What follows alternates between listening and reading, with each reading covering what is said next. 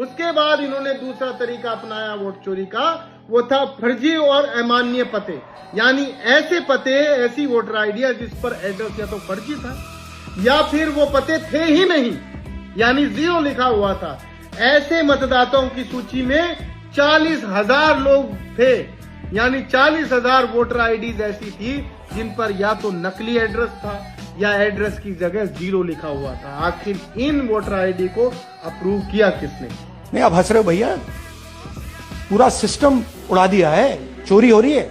करोड़ों लोगों को सस्पेशन था कि दाल में कुछ काला है। Haryana, Maharashtra, Madhya Pradesh, opinion poll, exit poll कुछ कहते थे, रिजल्ट कुछ और आता था। इन्वेस्टिगेशन हमने कर्नाटक में शुरू किया। कर्नाटक में क्यों? क्योंकि हमारी पोलिंग हमें बता रही थी हम लोकसभा में 16 सीट जीते और 9 सीटें हम जीते, 7 सीटों में हमने उन 7 सीटों पे फोकस किया और उसमें से हमने एक चुनी, महादेवपुर। इसमें बड़ा अजीब नतीजा था। 2024 में कांग्रेस पार्टी को 626,208 वोट मिलते हैं, बीजेपी तकरीबन 30,000 वोट से जीतती है, मगर 7 में से 6 असेंबली हारती है और एक असेंबली में धड़ाके से स्वीप कर। तो हमने इस पे फोकस किया और ये जो नंबर है महादेवपुरा में, इनकी जो लीड थी 1,14,000, इस नंबर पे हमने फोकस किया। इलेक्शन कमीशन ने हमें डेटा इस प्रकार दिया है, 7 फुट 200-300 किलो। हर कागज को हमने आइडेंटिफाई किया, कैटलॉग किया है, फोटोग्राफ निकाली है, कंपेयर की है, 6 महीने लगे। ये है चोरी, 1,250 वोट की चोरी। 5 तरीके से होती है: duplicate voter, fake and invalid addresses, bulk voter in single address, invalid photo, misuse of form से। तो इसका जबरदस्त मिसयूज हुआ है। नरेंद्र मोदी 25 लोकसभा सीट के कारण प्रधानमंत्री। हमें इलेक्शन कमीशन ये डेटा इसलिए नहीं दे रहा है, अगर हम इसे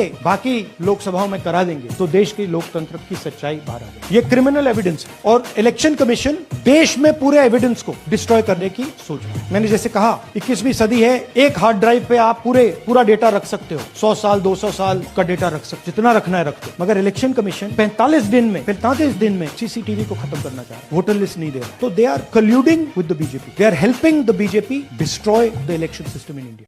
कमीशन एफिडेविट मांगता है, मुझसे कहता है कि मुझे ओथ लेना है। मैंने पार्लियामेंट के सामने, पार्लियामेंट के अंदर ओथ लिया है। नमस्कार, मैं रवीश कुमार। रात के सन्नाटे में जब देश के लोग अपने अपने कमरे में मोबाइल की स्क्रीन पर चमकते फर्जीवाड़े और रीलों में उलझे हैं, एक बहस दिल्ली की गलियों में, टीवी स्टूडियो के कैमरों में और सोशल मीडिया के एल्गोरिदम में जल रही है। राहुल गांधी का एफिडेविट, हाँ वही शपथ पत्र जिसका नाम सुनते ही चुनाव आयोग के कमरे में कुर्सियां चरमराने लगती हैं और भाजपा के नेताओं की आवाज में वह आत्मविश्वास आ जाता है जो उन्हें किसी सुनियोजित स्क्रिप्ट में ही आता है।